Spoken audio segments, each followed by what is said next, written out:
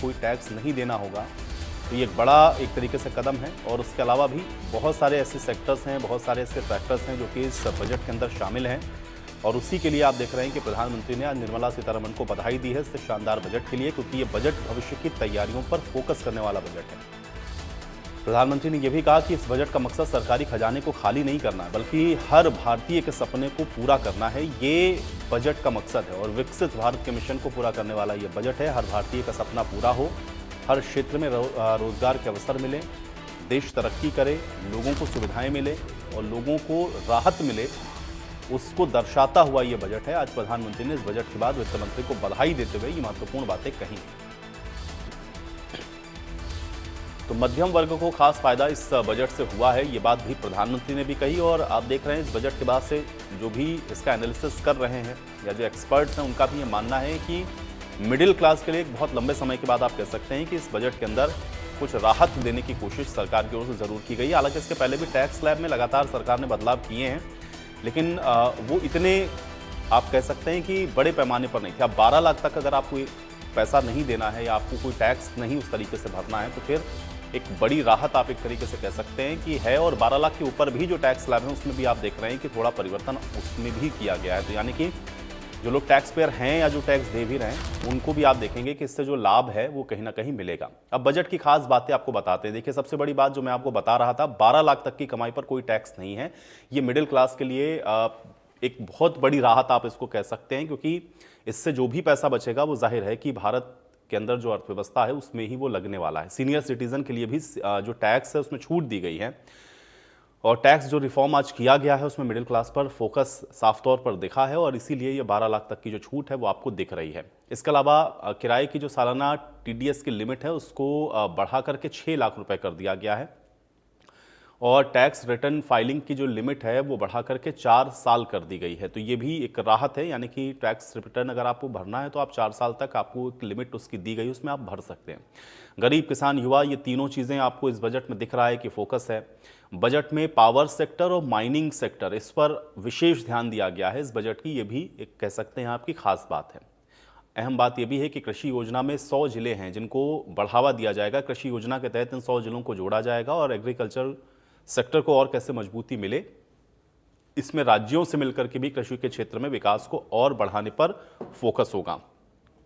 ये बिहार के लिए देखिए, मखाना बोर्ड का गठन किया जाएगा। बिहार के लिए इसलिए चूंकि मखाने का सर्वाधिक उत्पादन आप देखते हैं कि बिहार में होता है, और बिहार के मखाना के जो किसान हैं उनको प्रोत्साहन दिया जाएगा, क्योंकि छोटे किसान हैं, और ज़्यादातर आप देखते हैं मिथिलांचल का जो एरिया है वहाँ पर ये मखाना उत्पादन होता है। मछली उत्पादन को भी बढ़ाया जाएगा, यानी कि जो फिशरीज़ का सेक्टर है उसमें भी आप देखेंगे कि बढ़ोतरी होगी। कॉटन प्रोडक्शन के लिए 5 ईयर एक मिशन मोड पर काम होगा, यानी कि कॉटन का जो प्रोडक्शन है उसको और कैसे बढ़ाया जाए, और पूर्वी भारत में जो यूरिया का प्लांट है उसको भी खोला जाएगा। यूरिया आप देखते हैं कि खाद यूरिया, इसके लिए भी अभी निर्भर रहना पड़ता है, लेकिन अब उसको अगर और बढ़ाएंगे तो जाहिर है किसानों को लाभ मिलेगा। अब ग्रामीण महिलाओं और युवाओं को अतिरिक्त प्रोत्साहन दिया जाएगा। जनधन कृषि योजना पर काम हो रहा है और इसको और बढ़ाएंगे, ये भी इस बजट में इस बार शामिल किया गया है। आर्थिक गतिविधियों में 70% महिलाएं शामिल करेंगे, इसको भी एक तरीके से फोकस्ड किया जा रहा है, यानी कि महिलाओं की भागीदारी और बढ़ेगी। 6 ऐसे सेक्टर हैं जिसमें परिवर्तनकारी सुधार भी किए जाएंगे बजट में, इसको भी निर्मला सीतारमण ने बताया है। MSME समर्थन से रोजगार बढ़ेगा। MSME आप देख रहे हैं, क्योंकि ये जो सेक्टर है ये एक तरीके से आप कह सकते हैं कि रीढ़ की हड्डी है अर्थव्यवस्था की, उसको बढ़ाएंगे। दाल उत्पादन, दलहन में आत्मनिर्भरता होगी। अभी आप देखते हैं कि ज़्यादातर दालें बाहर से आयात होती हैं। किसानों को खेती का उचित मुआवजा देंगे। मुआवजे की भी आप देखते हैं कि लगातार चर्चा होती है, और खासतौर से हरियाणा में मुआवजे को लेकर के आप देखते हैं लगातार चर्चा होती है। उसको बढ़ाएंगे, ये सरकार ने कहा है। किसानों की इनकम को बढ़ाएंगे, ये एक बार फिर से सरकार ने दोहराया। अगले हफ्ते नया इनकम टैक्स बिल भी आएगा, यानी कि अभी जो 12 लाख की आपको रिबेट मिल रही है, एक इनकम टैक्स बिल अगले हफ्ते आने वाला है। उसमें और क्या सुधार हो रहा है ये भी देखना होगा। बीमा का जो क्षेत्र है उसमें FDI की जो सीमा है उसको और बढ़ा दिया गया है, यानी कि जो भी इंश्योरेंस वाले आपको सेक्टर दिख रहे हैं उसमें 100% FDI को मंजूरी दे दी गई है, यानी कि अब बाहरी जो कंपनियां हैं वो आपको दिखेंगी बीमा के क्षेत्र में, और उससे आप देखेंगे कि जो प्रतिस्पर्धा है जाहिर है बढ़ेगी। तो अगर आप किसी भी तरीके का कोई इंश्योरेंस कराएंगे तो ज़्यादा कंपनियां अगर मार्केट में मौजूद होंगी तो उसमें आपको आप भरते हैं EMI, उसमें आपको कमी हो सकती है, यानी कि आप एक तरीके से कह सकते हैं कि राहत मिलेगी। अब सस्ता महंगा देखिए, इस पर सबकी नज़रें रहती हैं। सस्ता क्या हुआ है? कपड़ा, मोबाइल, बैटरी, कई दवाइयाँ, इलेक्ट्रिक कार, ये सस्ती हो गई हैं। महंगा क्या हुआ है? देखिए, बड़ा टीवी अगर आप लेते हैं तो ये महंगा है। सिगरेट महंगी हो गई। विदेशी सामान अगर बाहर से कुछ इंपोर्ट कर रहे हैं, या फिर कार, नॉर्मल कार भी अगर आप खरीदते हैं पेट्रोल वाली या डीजल वाली, तो वो महंगी होगी, यानी कि उस पर टैक्स बढ़ाया गया है। तो ये सस्ता और ये महंगा, ये दो चीज़ें आपको दिखा रहे हैं। देखिए, कपड़ा, यानी कि किसी भी तरीके का कोई भी अगर आप कपड़ा देख रहे हैं तो वो आपको सस्ता मिलेगा।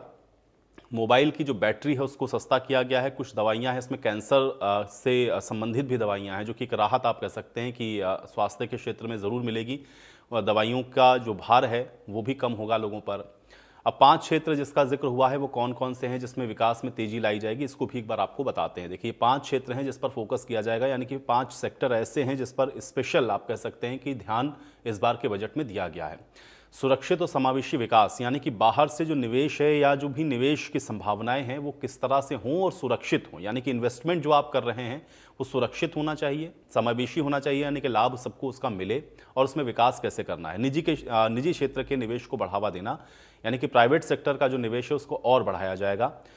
घरेलू जो खर्च है उसमें वृद्धि करेंगे, यानी कि लोगों का जो एक्सपेंडिचर है वो कैसे बढ़े, इस पर फोकस हो रहा है। और शायद यही वजह है कि आप देख रहे हैं कि 12 लाख का जो टैक्स है वहाँ तक छूट दे दी गई है, ताकि लोग अब ज़्यादा खर्च करें। अगर सेविंग आपके पास ज़्यादा होगी तो आप ज़्यादा खर्च करेंगे। ये अगर आप इकोनॉमिक्स को थोड़ा समझते हैं तो आप इसको अच्छे तरीके से समझ जाएंगे। अब देखिए, नया टैक्स स्लैब क्या कहता है। 4 से 8 लाख 5%, 8 से 12 लाख 10%, ये न्यू टैक्स स्लैब है।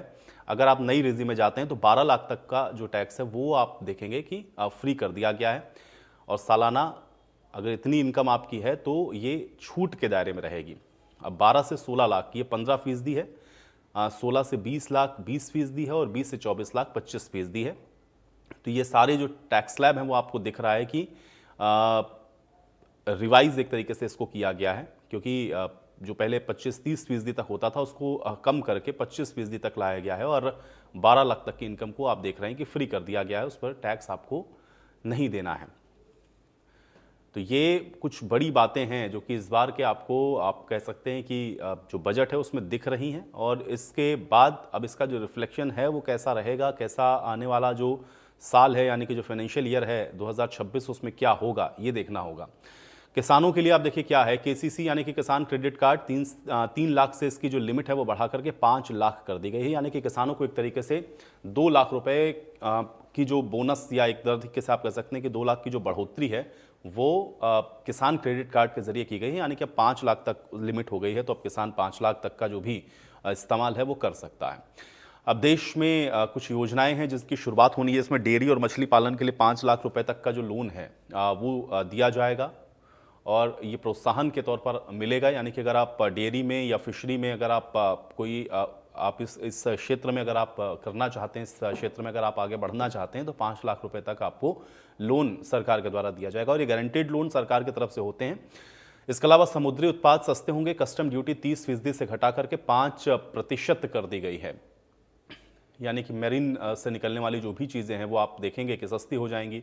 अंडमान निकोबार और गहरे समुद्र में मछली पकड़ने वालों के लिए भी अलग से प्रोत्साहन दिया जा रहा है। बिहार के किसानों की मदद के लिए मखाना बोर्ड का गठन होगा, ये भी आपने पहले भी देखा, बड़ी बातों में इसको भी बताया मैंने आपको। मिथिलांचल में पश्चिमी कोसी नहर परियोजना की शुरुआत होगी। ये कोसी चूँकि इस इलाके में आप देखते हैं कि बाढ़ का सबब भी बनती है, लोग परेशान रहते हैं बाढ़ की वजह से, लेकिन अगर वहाँ पर आप नहर परियोजना को शुरू करेंगे तो उस पानी के इस्तेमाल से न सिर्फ उस क्षेत्र की तरक्की होगी, बल्कि उस पानी का इस्तेमाल आप और भी जो इलाका है जहां पर पानी की कमी है वहां तक आप उसको पहुंचाएंगे। ये महत्वपूर्ण है। दालों में आत्मनिर्भरता हासिल करने के लिए 6 साल का मिशन रखा गया है। अभी ज़्यादातर दालें बाहर से हम इंपोर्ट करते हैं, और उसमें भी एक बहुत बड़ा हिस्सा आप देखते हैं कनाडा से आता है, और कनाडा के साथ आप देख रहे हैं कि इस समय जो रिश्ते हैं वो किस तरह के भारत के हैं, और इसलिए दाल आप देखते हैं कि लगातार महंगी हो रही हैं और लोग परेशान होते हैं। कपास उत्पादन के लिए 5 साल की कार्य योजना तैयार की गई है। ये भी किसानों के लिए जो खासतौर से कॉटन से जुड़े हुए किसान हैं, जो कपास उत्पादन से जुड़े हुए किसान हैं, उनके लिए 5 साल के लिए कार्य योजना बनाई गई है, और इससे बढ़ावा सरकार इसको देगी। ये भी एक महत्वपूर्ण बात है। 500 करोड़ से 3 एआई एक्सीलेंस सेंटर बनाए जाएंगे। एआई पर विशेष देखिए फोकस हो रहा है छात्रों के लिए। एआई क्योंकि फ्यूचर है और एआई का बहुत ज़्यादा इस्तेमाल आप देख रहे हैं कि इस समय हो रहा है, लेकिन उसमें एक्सीलेंस सेंटर होगा। छात्र जो होंगे उनको नई टेक्नोलॉजी पढ़ने को सीखने को मिलेगी।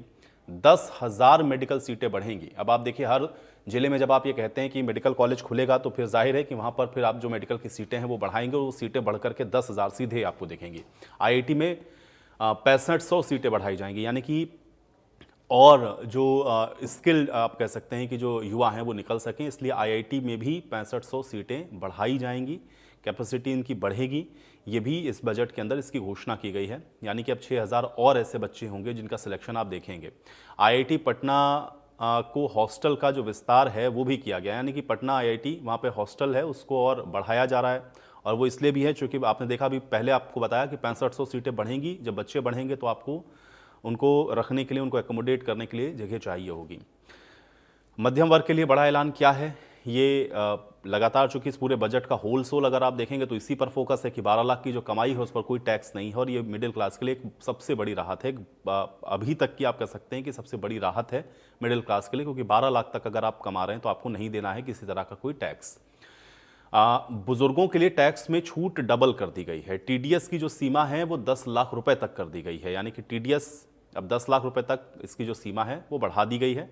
ये मध्यम वर्ग के लिए ही है, क्योंकि सालाना इनकम जब आप देखते हैं कि 10 लाख रुपए तक अगर आपकी है तो टीडीएस की जो सीमा है वो 10 लाख रुपए तक की कर दी गई है और इसका जो लाभ है वो आपको जाहिर है कि जिनका टीडीएस कट रहा है उनको मिलेगा। और ये मिडिल वर्ग के लिए, मिडिल क्लास के लिए एक बहुत बड़ी राहत है टीडीएस के लिहाज से अगर आप इसको देखेंगे तो ये बड़े फैसले हैं मिडिल क्लास के लिए खासतौर से। और मध्यम वर्ग ही आप कह सकते हैं एक तरीके से सबसे ज़्यादा उम्मीद बजट से लगा करके रखता है। 4 साल तक के लिए अपडेटेड आईटीआर आप भर सकेंगे, यानी कि ये भी जो समय सीमा है वो बढ़ा दी गई है।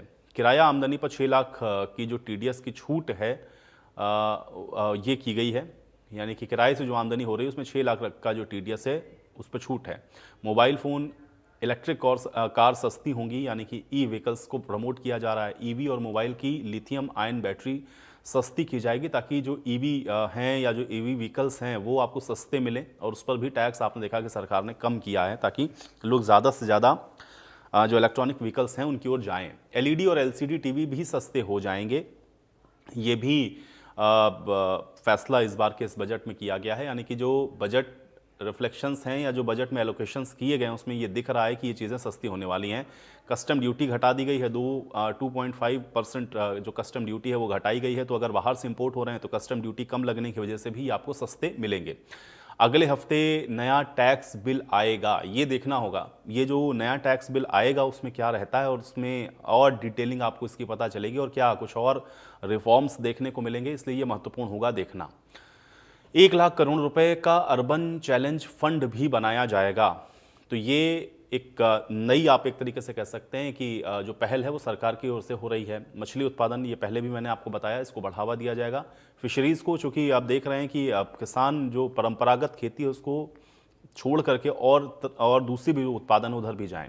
1 लाख अधूरे घर पूरे होंगे, यानी कि जो अर्बन हाउसिंग स्कीम्स हैं या जो अफोर्डेबल हाउसिंग स्कीम्स हैं उसमें जो घर अभी अधूरे पड़े हुए हैं या जो कुछ स्कीम्स अधर में लटकी हुई हैं उनको मिशन मोड पर पूरा किया जाएगा ताकि लोगों को जो ये घर हैं उनका लाभ मिल सके। 2025 में 40,000 नए मकान हैं जो कि हैंडओवर किए जाएंगे, यानी कि ये प्रधानमंत्री आवास योजना के तहत ये मकान लोगों को मिलेंगे। हर घर नल से जल पहुंचाने का कार्यक्रम 2028 तक बढ़ा दिया गया है। तो यानी कि ये जो लक्ष्य रखा गया था उससे थोड़ा पीछे ज़रूर चल रहा है, लेकिन उसको बढ़ा करके लोगों के घरों तक नल से पानी कैसे पहुंचाएं ये भी फोकस इस बजट में किया गया है।